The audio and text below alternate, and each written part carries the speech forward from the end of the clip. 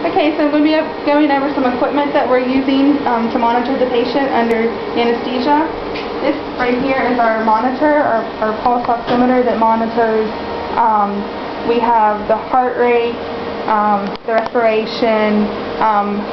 We also have the blood pressure, which we check the blood pressure by this little piece, we wrap around the arm here. So then we go to the machine and we hit blood pressure, and it's going to calculate right there the blood pressure of the patient. I'm going to give it just a couple minutes, it'll calculate it. And so right now the heart rate is 94 and the respiration is 17. In 1 minute we'll calculate the blood pressure.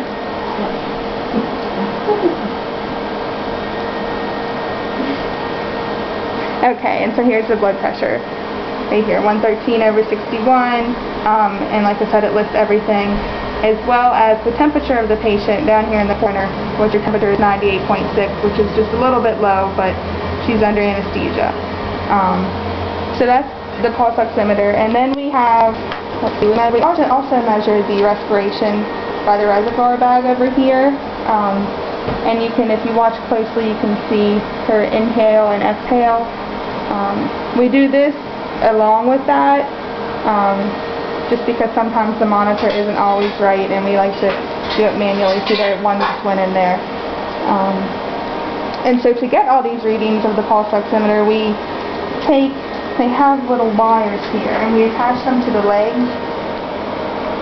We have one for the right arm, we attach it to the right arm here. Then we also have the same thing for the left arm and the left leg that we attach them to.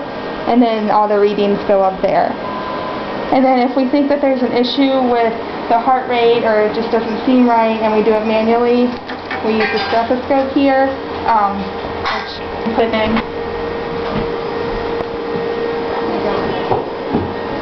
And you can listen for a heartbeat under here, which it does go along with the machine there. And then also we keep the patient on like a heating blanket underneath their blanket to keep them warm during surgery. And she is doing fine. And then also I want to show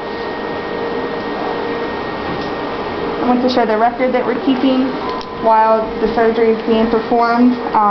Up here, the gases, which we will list the oxygen and the ISO.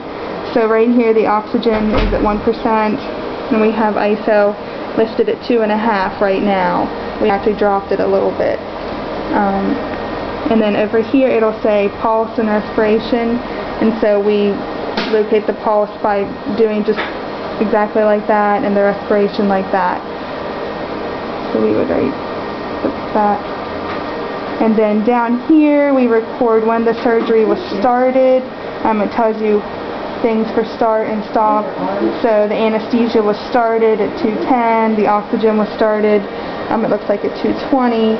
And then also to write the blood pressure down here, we have systolic and diastolic, and it's located on here so you know what to write. So we would say if it's 113, the systolic, we would put a symbol like that, and the diastolic is 61, which we would write like that. And then the mean arterial pressure, which is underneath here, which is 82.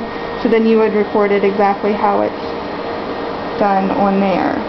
And then also you would write the monitor signature, like I would write my name because I'm monitoring and the date.